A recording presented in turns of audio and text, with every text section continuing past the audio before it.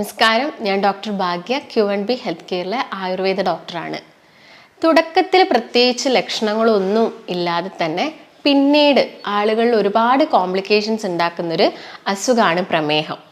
പ്രമേഹത്തെക്കുറിച്ച് നോക്കുകയാണെങ്കിൽ ആയുർവേദത്തിൽ പറയുന്നത് മഹാരോഗങ്ങളിൽ ഒന്നാണ് പ്രമേഹം എന്നുള്ളത്. കാരണം ഒരുപാട് ആളുകളിൽ ഞാൻ നേരത്തെ പറഞ്ഞ് നല്ല രീതിയിൽ തന്നെ കോംപ്ലിക്കേഷൻസ് ഉണ്ടാക്കുന്നുണ്ട്. ഇപ്പം നമ്മൾ നോക്കുകയാണെങ്കിൽ ഏറ്റവും കൂടുതൽ പ്രമേഹ രോഗികൾ കാണുന്നത് ചൈനയിലാണ്. രണ്ടാം സ്ഥാനത്തുള്ളത് നമ്മുടെ ഇന്ത്യയുമാണ്. ഇന്ത്യയിൽ തന്നെ ഏറ്റവും കൂടുതൽ, അതായത് ഒരു 25% ആളുകളിൽ പ്രമേഹം ഉള്ളത് നമ്മുടെ കേരളത്തിലാണ്. അതിൽ തന്നെ ഒരു 40% ആളുകളിൽ പ്രമേഹം ഒരു പ്രീ ഡയബറ്റിക് സ്റ്റേജിൽ നിൽക്കുന്നുണ്ട്. അതായത് ജീവിതശൈലി രോഗങ്ങളിൽ ഏറ്റവും കൂടിക്കൊണ്ടിരിക്കുന്ന അസുഖങ്ങളിൽ ഒന്നാണ് പ്രമേഹം. അപ്പോൾ പ്രമേഹത്തെക്കുറിച്ച് നോക്കുന്ന സമയത്ത് ഇപ്പം ഒട്ടുമിക്ക ആളുകൾക്കും അറിയാം എങ്ങനെയാണ് പ്രമേഹം നമ്മൾ കൺട്രോളിൽ വരുത്തേണ്ടതെന്ന്. അതായത് ഒരുപാട് ആളുകൾ ഇതിന് വേണ്ടിയിട്ട് മെഡിസിൻസ് ഒക്കെ എടുക്കുന്നുണ്ടാവും. എന്നാൽ മെഡിസിൻസ് എന്ന് പറയുന്നത് പ്രമേഹം കൺട്രോൾ ചെയ്യേണ്ട 3 ഒരു മെത്തേഡിൽ ഒന്നാണ്. മറ്റ് രണ്ടെന്ന് പറയുന്നത് ഒന്ന് നമ്മുടെ ഡയറ്റിൽ വരുത്തേണ്ട മാറ്റങ്ങളാണ്, മറ്റൊന്ന് എക്സസൈസും കാര്യങ്ങളുമാണ്. അപ്പോൾ ഇന്ന് ഞാൻ നിങ്ങളുമായിട്ട് ഡിസ്കസ് ചെയ്യാൻ വന്നിരിക്കുന്നത് എങ്ങനെയാണ് നമുക്ക് പ്രമേഹം മരുന്നില്ലാതെ, അതായത് ഒരു ഇനീഷ്യൽ സ്റ്റേജ് ആണെങ്കിൽ നമുക്കത് മെഡിസിൻസ് ഒന്നും ഇല്ലാതെ തന്നെ നമുക്കത് എങ്ങനെ കൺട്രോൾ ചെയ്യാമെന്നതിനെ കുറിച്ചിട്ടാണ്. അപ്പോൾ എന്താണ് ഡയബറ്റീസ്? നമുക്കറിയാം, നമ്മുടെ രക്തത്തിൽ ഷുഗർ അഥവാ ഗ്ലൂക്കോസിൻ്റെ ഒക്കെ അളവ് കൂടുന്ന കണ്ടീഷനെയാണ് നമ്മൾ ഡയബറ്റീസ് എന്ന് പറയുന്നത്. മെയിനായിട്ടും ഇത് 2 രീതിയിലാണ് കാണുന്നത്. ഒന്ന് ടൈപ്പ് 1 ആയിട്ടും മറ്റൊന്ന് ടൈപ്പ് 2 ആയിട്ടും. അപ്പോൾ എന്താണ് ടൈപ്പ് 1 എന്ന് നോക്കാം. അതിനു മുമ്പ് നമുക്ക് ഇൻസുലിനെ കുറിച്ചൊന്നറിയാം. ഇൻസുലിൻ എന്ന് പറഞ്ഞ ഹോർമോണ് നമ്മുടെ ശരീരത്തിലെ പാൻക്രിയാസ് ഗ്രന്ഥികളിലെ ബീറ്റ കോശങ്ങളാണ് ഉൽപ്പാദിപ്പിക്കുന്നത്. ഈ ഇൻസുലിൻ ഹോർമോൺ എന്തിനാണ് നമ്മുടെ ബോഡിയിൽ ഉണ്ടാക്കുന്നത്? നമ്മൾ കഴിക്കുന്ന ഭക്ഷണം ദഹിച്ചതിന് ശേഷം നമ്മുടെ കോശങ്ങൾക്കൊക്കെ ആ ഒരു എനർജി അബ്സോർബ് ചെയ്യണമെങ്കിൽ ഇൻസുലിൻ ആവശ്യമായിട്ടുണ്ട്. എന്നാൽ ഈ ഇൻസുലിൻ തീരെ നിങ്ങളുടെ ശരീരത്തിൽ പ്രൊഡ്യൂസ് ചെയ്യുന്നില്ലെങ്കിൽ ഈ ഗ്ലൂക്കോസ് എന്താവും? ക്രമാതീതമായിട്ട് കൂടും. ഇതിനെയാണ് നമ്മൾ ടൈപ്പ് 1 ഡയബറ്റീസ് എന്ന് പറയുന്നത്. അപ്പം എന്താണ് ടൈപ്പ് 2 ഡയബറ്റീസ് എന്ന് നോക്കാം. ഇൻസുലിൻ ഉണ്ടാക്കുന്നുണ്ട്, പക്ഷെ അതിന് ആക്ടിവിറ്റി കുറവാണ്. അതായത് ഇൻസുലിൻ റെസിസ്റ്റൻസ് ആയിട്ടുള്ള ഒരു കണ്ടീഷനാണ് ടൈപ്പ് 2 ഡയബറ്റീസ്. കൂടുതലായിട്ടും ജീവിതശൈലിയിൽ വന്ന മാറ്റങ്ങൾ കൊണ്ട് വരുന്നത് ടൈപ്പ് 2 ഡയബറ്റീസ് ആണ്. അപ്പം ഇങ്ങനെ ഡയബറ്റീസ് വന്ന ആളുകളിൽ ഒരുപാട് ലക്ഷണങ്ങൾ കാണിക്കും അല്ലേ? അപ്പം അത് ഏതൊക്കെയാണ് നമുക്കറിയാം. കോമൺ ആയിട്ട് ആളുകൾ പറയുന്ന കാര്യമാണ് അതൊരു നെക്സ്റ്റ്, അതായത് ഒരു സെക്കൻഡ് സ്റ്റേജിലോട്ടൊക്കെ വരുന്ന സമയത്ത്, അത് ഇനീഷ്യൽ സ്റ്റേജിലല്ല, കുറച്ചധികം കൂടി നിങ്ങൾ ടാബ്ലറ്റ് ഒക്കെ എടുക്കാൻ തുടങ്ങുന്ന സമയത്താണ് ആളുകൾ കോമൺ ആയിട്ട് പരാതി പറയുന്നത്, ഡോക്ടർ എനിക്ക് വല്ലാതെ തരിപ്പുണ്ട്, അതുപോലെ തന്നെ കാലിലൊക്കെ ഭയങ്കര കോച്ചിപ്പിടുത്തവും കാര്യങ്ങളൊക്കെ വരുന്നുണ്ട് എന്നുള്ളത്. എന്നാൽ ഇതിൻ്റെ ഒരു ഇനീഷ്യൽ സ്റ്റേജിൽ അല്ലെങ്കിൽ ഒരു പ്രീ ഡയബറ്റിക് സ്റ്റേജിൽ വരുന്ന കുറച്ച് കാര്യങ്ങളാണ്. നിങ്ങൾക്ക് അമിതമായിട്ട് വരുന്ന വിശപ്പ്, അല്ലെങ്കിൽ നിങ്ങൾക്ക് ഭയങ്കരമായിട്ട് എന്ത് വരിക? ദാഹം വരിക, നിങ്ങൾക്ക് പെട്ടെന്ന് തന്നെ ക്ഷീണം ഉണ്ടാവുക, എപ്പോഴും ഉറങ്ങണം എന്ന് തോന്നുന്ന ഒരു കണ്ടീഷൻ. ഇതൊക്കെ പ്രമേഹത്തിൻ്റെ ഒരു ഇനീഷ്യൽ സ്റ്റേജ് അല്ലെങ്കിൽ ഒരു പ്രീ ഡയബറ്റിക് സ്റ്റേജിൽ വരുന്ന കുറച്ച് കാര്യങ്ങളാണ്. നിങ്ങൾ ഇതും ആ ഒരു സ്റ്റേജിലൊന്നും നമുക്ക് കൺട്രോൾ ചെയ്യാൻ പറ്റിയിട്ടില്ലെങ്കിൽ ഒരു നെക്സ്റ്റ് സ്റ്റേജിലോട്ട് പോകുന്ന സമയത്താണ് അതിൻ്റെ കോംപ്ലിക്കേഷൻസ് ഒരുപാടായിട്ട് കാണുന്നത്. അതിൽ ആദ്യം തന്നെ പറയുകയാണെങ്കിൽ ന്യൂറോപ്പതി കണ്ടീഷൻസ് ആണ്. ഞാൻ നേരത്തെ പറഞ്ഞ പോലെ തന്നെ തരിപ്പ്, അല്ലെങ്കിൽ കാലിന് വരുന്ന പിരിപിരിപ്പ്, നംനെസ് പോലുള്ള കണ്ടീഷൻസ് ഒക്കെ വരുന്നത് ഒരു ഡയബറ്റിക് ന്യൂറോപ്പതി എന്ന് പറഞ്ഞ കണ്ടീഷനാണ്. പിന്നെ വരുന്നത് ഡയബറ്റിക് റെറ്റിനോപ്പതിയാണ്. റെറ്റിനോപ്പതി എന്ന് പറയുന്നത് നമ്മുടെ കണ്ണിൻ്റെ കാഴ്ച കുറഞ്ഞിട്ട് തിമിരം പോലെയുള്ള കണ്ടീഷൻസും, അതുപോലെ തന്നെ റെറ്റിനയിൽ വരുന്ന ചില ചേഞ്ചസ് കാരണം ആളുകളിൽ കാഴ്ചക്കുറവൊക്കെ ഉണ്ടാക്കുന്നതിനാണ് നമ്മൾ ഡയബറ്റിക് റെറ്റിനോപ്പതി എന്ന് പറയുന്നത്. പിന്നെ വരുന്ന ഒരു കണ്ടീഷൻ ഡയബറ്റിക് നെഫ്രോപ്പതിയാണ്. നെഫ്രോപ്പതി എന്ന് പറയുന്നത് നമ്മുടെ കിഡ്നിയിൽ ക്രിയാറ്റിനൊക്കെ കൂടുകയും കിഡ്നിയിലെ ചില ചേഞ്ചസ് കാരണം ഈ ക്രിയാറ്റിനിലൊക്കെ ചില വ്യത്യാസങ്ങൾ വരുന്നതിനാണ് നമ്മൾ ഡയബറ്റിക് നെഫ്രോപ്പതി എന്ന് പറയുന്നത്. അപ്പോൾ ഇത് 3 മെയിൻ ആയിട്ടുള്ള കോംപ്ലിക്കേഷൻസ്. അപ്പോൾ ഞാൻ നേരത്തെ പറഞ്ഞതാണ് ഡയബറ്റീസിൻ്റെ ചില പ്രധാനപ്പെട്ട ലക്ഷണങ്ങൾ. അപ്പം നമുക്ക് എങ്ങനെയാണ് ഇത് കൺട്രോൾ ചെയ്യേണ്ടതെന്ന് നോക്കാം. അതിന് മുൻപ് തന്നെ നമുക്ക് ചില ചേഞ്ചസ് നമ്മുടെ സ്കിന്നിലും വരാറുണ്ട്. ഡയബറ്റീസ് കൂടുന്ന സമയത്ത് നമ്മുടെ സ്കിന്നിൽ ചില ചേഞ്ചസ് വരാറുണ്ട്. അതിൽ ആദ്യം തന്നെ പറയുന്നത് ഡ്രൈനെസ് ആണ്. ഡ്രൈനെസ് അല്ലെങ്കിൽ നിങ്ങൾക്ക് എന്താവുക, വല്ലാത്ത ചൊറിച്ചിലൊക്കെ കാലിന് വരിക, ആ കാലിൻ്റെ ഭാഗത്ത് ഒരു മൊരിച്ചിൽ പോലെയൊക്കെ ചില കണ്ടീഷനിൽ നമ്മൾ ഡയബറ്റിക് പേഷ്യൻസിൽ കാണാറുണ്ട്. അത് സ്കിന്നിൽ വരുന്ന ഒരു ചേഞ്ചസ് ആണ്. പിന്നെ സ്കിന്നിൽ വരുന്ന ഒരു ചേഞ്ചസ് എന്ന് പറയുന്നത് ഒരു ബ്ലാക്കിഷ് ഡിസ്കളറേഷൻ ആണ്. അക്കാന്തോസിസ് നൈഗ്രിക്കൻസ് എന്നാണ് നമ്മൾ ഇതിനെ പറയുന്നത്. ഇത് കൂടുതലായിട്ടും കാണുന്നത് നമ്മുടെ കഴുത്തിന് ചുറ്റും വരുന്നുണ്ട്. ഇപ്പോൾ PCOD കേസസ് ഒക്കെ നോക്കുകയാണെങ്കിൽ നമുക്കറിയാം അവിടെ ഒരു ഇൻസുലിൻ റെസിസ്റ്റൻസ് ഉണ്ടാവും. അതിൻ്റെ ഭാഗമായിട്ട് ഇങ്ങനെയുള്ള പെൺകുട്ടികളിലും നമ്മൾ കഴുത്തിന് ചുറ്റും കറുപ്പ് നിറം കാണാറുണ്ട്. അതുപോലെ തന്നെ ഇങ്ങനെ ഒരു ഷുഗർ പേഷ്യൻസിലും നമ്മൾ കാണുന്നത് കഴുത്തിന് ചുറ്റും വരാറുണ്ട്. ഇത് ആംപിറ്റ്സിൽ നന്നായിട്ട് കാണാറുണ്ട്. അതുപോലെ തന്നെ എൽബോയുടെ ഭാഗത്തൊക്കെ ഈ ഒരു ബ്ലാക്കിഷ് ഡിസ്കളറേഷൻ കണ്ടുവരാറുണ്ട്. അതുപോലെ തന്നെ ഒരു കണ്ടീഷനാണ് സ്കിൻ ടാഗ് കാണുന്നത്. സ്കിൻ ടാഗ് എന്ന് പറയുന്ന സമയത്ത് ആ ടാഗ് വല്ലാതെ തൂങ്ങിക്കിടക്കുന്നതല്ല, ജസ്റ്റ് സ്കിന്നിൽ തന്നെ പറ്റിക്കിടന്നിട്ട് ആ ഒരു നമുക്കത് വ്യത്യസ്തമായിട്ട് തന്നെ കാണാൻ സാധിക്കും. മറ്റൊരു കണ്ടീഷനേക്കാളും ടാഗ് എന്ന് പറയുന്ന സമയത്ത് ഓൾമോസ്റ്റ് എല്ലാ കണ്ടീഷനിലും ജസ്റ്റ് തൂങ്ങിയായിട്ടാണ് നമ്മൾ കാണുന്നത്. എന്നാൽ ഇത് അങ്ങനെയല്ല, ജസ്റ്റ് സ്കിന്നിൽ തന്നെ പറ്റി പിടിച്ചിട്ട് ജസ്റ്റ് ഒന്ന് പുറത്തോട്ട് ആ ഒരു തൊലി തള്ളി നിൽക്കുന്നതാണ് ഒരു സ്കിൻ ടാഗ് ആയിട്ട് ഈ ഒരു കണ്ടീഷനിൽ കാണുന്നത്. അതുപോലെ തന്നെ സ്കിന്നിലൊക്കെ വരുന്നതാണ് ഒരു ഷിൻ സ്പോട്ട് എന്ന് പറയുന്നത്. അതായത് ജസ്റ്റ് ഒരു ബ്ലാക്കിഷ് ഡിസ്കളറേഷനിൽ ചെറുതായിട്ടൊരു കുഴി പോലെ കാലിൻ്റെ ഭാഗത്തൊക്കെ ഒട്ടുമിക്ക ആളുകളിലും ഇങ്ങനെ കാണാറുണ്ട്. അതുപോലെ തന്നെ കാണുന്നതാണ് ആളുടെ സ്കിന്നൊക്കെ പെട്ടെന്ന് ഒരു കട്ടി വെക്കുന്നത്, കുറച്ച് തിക്കൻഡായിട്ട് സ്കിന്നിൽ ചേഞ്ചസ് വരിക. അതുപോലെ സ്കിന്നിൽ ചെറിയ ചെറിയ കുമിളകൾ വരിക. കുമിളകൾ എന്ന് പറയുന്ന സമയത്ത് എസ്പെഷ്യലി നമ്മൾ നോക്കുന്നത് അത് കാലുകളിലാണ് കൂടുതലായിട്ടും കാണുന്നത്.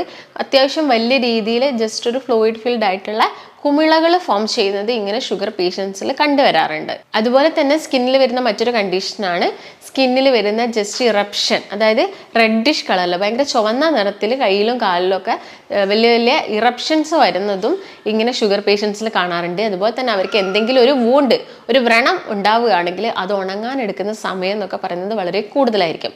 ഇതൊക്കെയാണ് സ്കിന്നിൽ മെയിനായിട്ടും അവരിൽ കാണിക്കുന്ന കുറച്ച് ചേഞ്ചസുകൾ. അപ്പോൾ നമുക്കിതെങ്ങനെ മനസ്സിലാക്കാം? നിങ്ങൾക്ക് ഷുഗർ ഉണ്ട് അല്ലെങ്കിൽ ഡയബറ്റിക് ആണ്, ഞാൻ നേരത്തെ പറഞ്ഞ പോലെ തന്നെ കുറച്ച് സിംറ്റംസ് ഒക്കെ കാണുന്ന സമയത്ത് നമുക്കതെങ്ങനെ ചെക്ക് ചെയ്തിട്ട് നമുക്ക് ഡയബറ്റിക് ആണോ എന്നെങ്ങനെ നോക്കാമെന്ന് നോക്കാം. അതിന് ആദ്യം തന്നെ നിങ്ങൾ ജസ്റ്റ് ഒരു 8 hour ഫാസ്റ്റിംഗ് എടുക്കണം. അതായത് നിങ്ങൾ തലേ ദിവസം രാത്രി ഭക്ഷണമൊക്കെ കഴിച്ചിട്ട് കിടന്നുറങ്ങിയിട്ട് പിറ്റേ ദിവസം രാവിലെ ബ്ലഡ് ചെക്ക് ചെയ്യാണ് വേണ്ടത്. അതിൻ്റെ മുമ്പ് നിങ്ങൾ ഒന്നും കഴിക്കാൻ പാടില്ല. ഇതിന് വേണ്ടിയിട്ട് മെയിനായിട്ടും ഫാസ്റ്റിംഗ് മെത്തേഡും ഉണ്ട്, അതുപോലെ തന്നെ പോസ്റ്റ് പ്രാൻഡിയൽ മെത്തേഡുമാണ്. ഫാസ്റ്റിംഗ് എന്ന് പറയുന്നത് ജസ്റ്റ് നമ്മൾ ഭക്ഷണമൊന്നും കഴിക്കാതെ ജസ്റ്റ് ബ്ലഡ് കൊടുത്തിട്ട് നമ്മളെ ബ്ലഡ് ഷുഗർ മനസ്സിലാക്കുന്നതാണ്. ഇതിൻ്റെ ഒരു മാക്സിമം ലെവൽ എന്ന് പറയുന്നത് ഒരു 126 mg/dl ആണ് ഇതിൻ്റെ ഒരു നോർമൽ വരുന്നത്. അതിൽ കൂടുതലാണെങ്കിൽ നമ്മൾ അവർക്ക് ഷുഗർ ഉണ്ട്, അല്ലെങ്കിൽ അതിൽ ഒരു ജസ്റ്റ് അതൊരു 100നും ഒരു 110 ഇടയിലൊക്കെ ആണെങ്കിൽ നമ്മൾ പറയും അതൊരു പ്രീ ഡയബറ്റിക് സ്റ്റേജിലാണെന്ന് പറയും. നെക്സ്റ്റ് എന്ന് പറയുന്നത് പോസ്റ്റ് പ്രാൻഡിയൽ ബ്ലഡ് ഷുഗർ ആണ്. അത് നോക്കുന്നത് നമ്മൾ ഭക്ഷണം കഴിച്ചിട്ട് ഒരു 2 മണിക്കൂർ കഴിഞ്ഞിട്ടാണ് ഇത് ചെക്ക് ചെയ്യുന്നത്.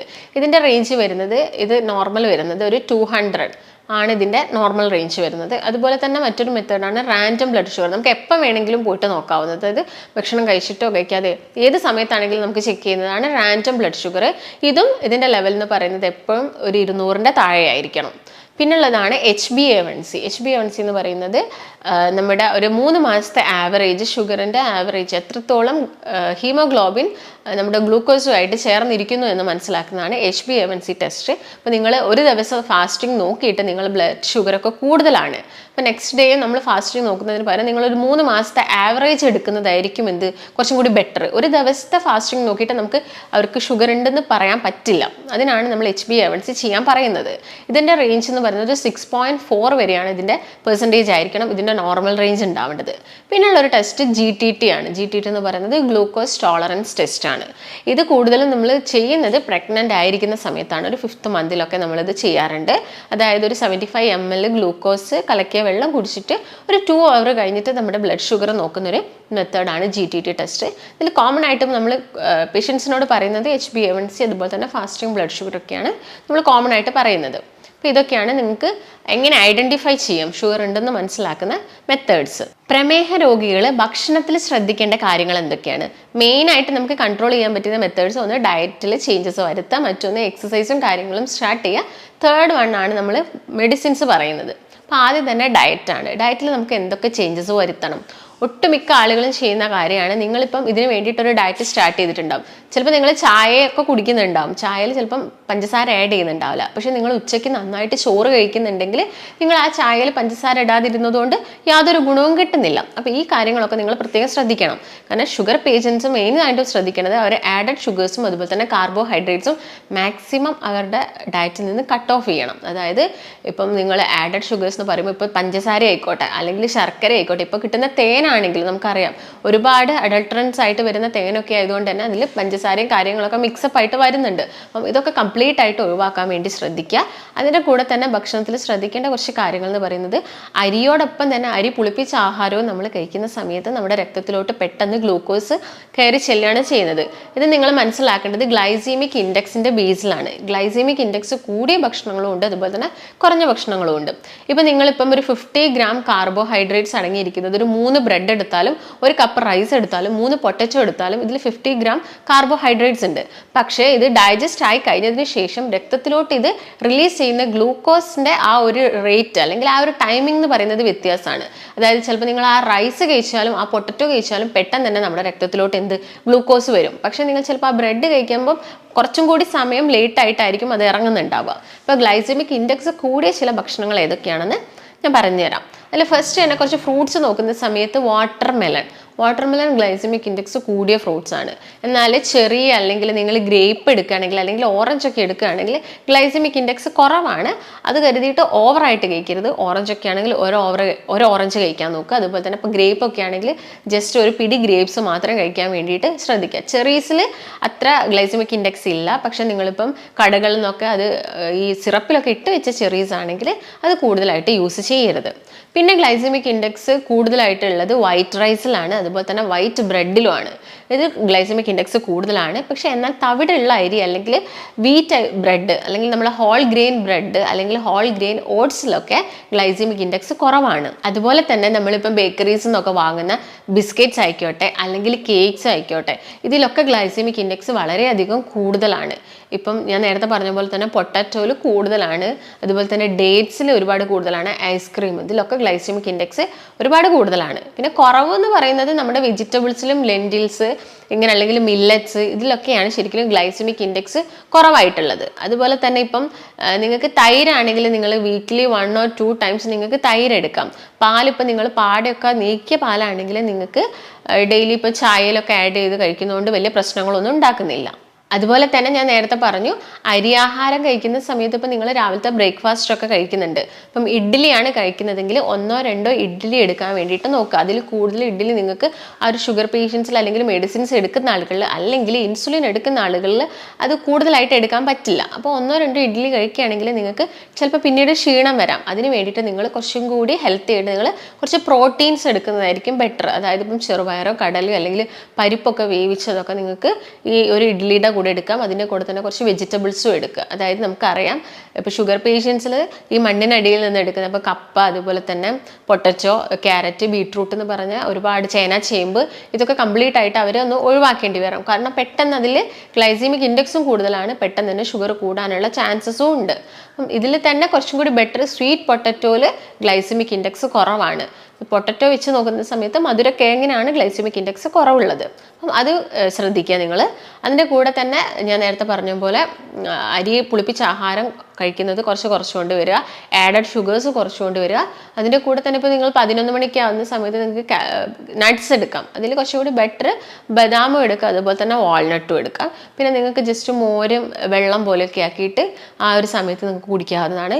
ഉച്ചയ്ക്കാണെങ്കിൽ കുറച്ചും കൂടി ബെറ്റർ ബ്രൗൺ റൈസാണ്. അതും 1 കപ്പ് ബ്രൗൺ റൈസും അതിൽ കൂടുതലായിട്ട് വെജിറ്റബിൾസും സാലഡ്സും അതുപോലെ തന്നെ തോരനൊക്കെ ഇൻക്ലൂഡ് ചെയ്യാൻ വേണ്ടിയിട്ട് ശ്രദ്ധിക്കുക. വൈകുന്നേര സമയത്താണെങ്കിൽ നിങ്ങൾ ചായ കഴിക്കുന്നുണ്ടെങ്കിൽ മധുരം കംപ്ലീറ്റ് ആയിട്ട് ഒഴിവാക്കാൻ വേണ്ടി ശ്രദ്ധിക്കുക. അതുപോലെ തന്നെ എണ്ണക്കടികളൊക്കെ കുറച്ചുകൊണ്ട് വരിക. അരി കൊണ്ടുണ്ടാക്കുന്ന കടികളൊക്കെ കുറച്ചുകൊണ്ട് വരാൻ വേണ്ടിയിട്ട്, അതുപോലെ തന്നെ ചിപ്സ് ഇങ്ങനെയുള്ളതൊക്കെ മാക്സിമം ഒഴിവാക്കാൻ വേണ്ടി ശ്രദ്ധിക്കുക. ഇപ്പം നൈറ്റ് ടൈം ഒക്കെ ആണെങ്കിൽ നിങ്ങൾക്ക് ചപ്പാത്തി എടുക്കാം. ചപ്പാത്തി എന്ന് പറയുന്ന സമയത്ത് ഏറ്റവും ബെറ്റർ നമ്മൾ വീട്ടിൽ തന്നെ പൊടിപ്പിച്ചിട്ടുള്ള ഗോതമ്പ് കൊണ്ടുള്ള ചപ്പാത്തി ആണെങ്കിൽ കുറച്ചും കൂടി നല്ലതായിരിക്കും. അങ്ങനെയാണെങ്കിൽ നിങ്ങൾക്ക് 1 or 2 ചപ്പാത്തി പ്ലസ് വെജിറ്റബിൾസ് തന്നെയാണ് പറയുന്നത്. ഫ്രൂട്ട്സ് എന്ന് പറയുന്ന സമയത്ത് ഓവർ മധുരമുള്ള ഫ്രൂട്ട്സ് മാക്സിമം എടുക്കാതിരിക്കാൻ വേണ്ടി ശ്രദ്ധിക്കുക. മധുരം കുറച്ചിട്ടുള്ള ഫ്രൂട്ട്സ് ഒക്കെ എടുക്കുക. അതുപോലെ തന്നെ ഇലക്കറികളൊക്കെ നിങ്ങൾക്ക് നന്നായിട്ട് കഴിക്കാം. മുരിങ്ങേൻ്റെ ഇല, ചീരേൻ്റെ ഇലയൊക്കെ നിങ്ങൾ മാക്സിമം കഴിക്കാൻ വേണ്ടി തന്നെ ശ്രദ്ധിക്കുക. പിന്നെ നന്നായിട്ട് വെള്ളം കുടിക്കുക. ഒരു ദിവസം നമ്മുടെ ബോഡി വെയ്റ്റിനനുസരിച്ചിട്ട് വേണ്ടിയിട്ടുള്ള വെള്ളം കുടിക്കുക. നന്നായിട്ട് ഒരു 8 മണിക്കൂറെങ്കിലും ഉറങ്ങാൻ വേണ്ടിയിട്ട് നോക്കുക. ഇതിൻ്റെ കൂടെ തന്നെ ഞാൻ നേരത്തെ പറഞ്ഞൊരു കാര്യമാണ് എക്സസൈസ്. നമ്മൾ ചിട്ടയായ ഒരു ഭക്ഷണ രീതിയോടൊപ്പം തന്നെ നമുക്ക് വേണ്ടത് വ്യായാമമാണ്. വ്യായാമം എന്ന് പറയുന്ന സമയത്ത് ഒരു 45 മിനിറ്റ്സ് എങ്കിലും ഡെയിലി നിങ്ങൾ എക്സസൈസ് ചെയ്യാൻ വേണ്ടിയിട്ട്, അല്ലെങ്കിൽ നടത്തോ കുറച്ച് വിഗറസ് ആയിട്ടുള്ള രീതിയിൽ നടത്തവും കാര്യങ്ങളൊക്കെ ചെയ്യുക. ആ ഒരു നല്ല രീതിയിൽ വിയർപ്പ് വരുന്ന രീതിയിൽ തന്നെ നിങ്ങളെ വർക്കൗട്ടും കാര്യങ്ങളും ചെയ്യുക. അതിപ്പം സ്വിമ്മിങ് അല്ലെങ്കിൽ റൈഡിങ്ങോ സൈക്ലിങ്ങോ അങ്ങനെ എന്തോ, അല്ലെങ്കിൽ നിങ്ങൾ സൂംബ ഡാൻസ് ആണെങ്കിൽ അങ്ങനെ എന്തെങ്കിലുമൊക്കെ പ്രാക്ടീസ് ചെയ്യാൻ വേണ്ടിയിട്ട് ശ്രദ്ധിക്കുക. എന്നിട്ടും ഷുഗർ കുറയുന്നില്ല, നമുക്ക് ചേഞ്ചസ് ഒന്നും വരുത്താൻ പറ്റുന്നില്ലെങ്കിൽ നമുക്ക് മെഡിസിൻസ് സ്റ്റാർട്ട് ചെയ്യാം. പക്ഷേ ഞാൻ നേരത്തെ പറഞ്ഞ പോലെ ഷുഗർ എന്ന് പറയുന്നത് ഒരു ഇനീഷ്യൽ സ്റ്റേജിൽ നമുക്ക് ലക്ഷണങ്ങളൊന്നും നമ്മൾ അത്ര സീരിയസ് ആയിട്ട് എടുക്കണമെന്നില്ല. ചിലപ്പോൾ നമ്മൾ ആ ഒരു മെഡിസിൻ എത്തേണ്ട സ്റ്റേജിലാണെങ്കിൽ ചിലപ്പോൾ നമ്മൾ മെഡിസിൻസ് കഴിക്കേണ്ടി വരും. അതിൻ്റെ കൂടെ തന്നെ ഈ കാര്യങ്ങളൊക്കെ ശ്രദ്ധിക്കുക. അപ്പം നിങ്ങൾക്ക് എന്തെങ്കിലും സംശയങ്ങളോ കാര്യങ്ങളോ ഉണ്ടെങ്കിൽ താഴെ കാണുന്ന നമ്പറുമായിട്ട് ബന്ധപ്പെടുക. ആയുർവേദത്തിൽ ഒരുപാട് മെഡിക്കേഷൻസ് ഇതിന് വേണ്ടിയിട്ട് അവൈലബിൾ ആണ്. നമുക്ക് മറ്റൊരു നല്ല ഹെൽത്ത് ടോപ്പിക്കുമായിട്ട് വീണ്ടും കാണാം. നന്ദി.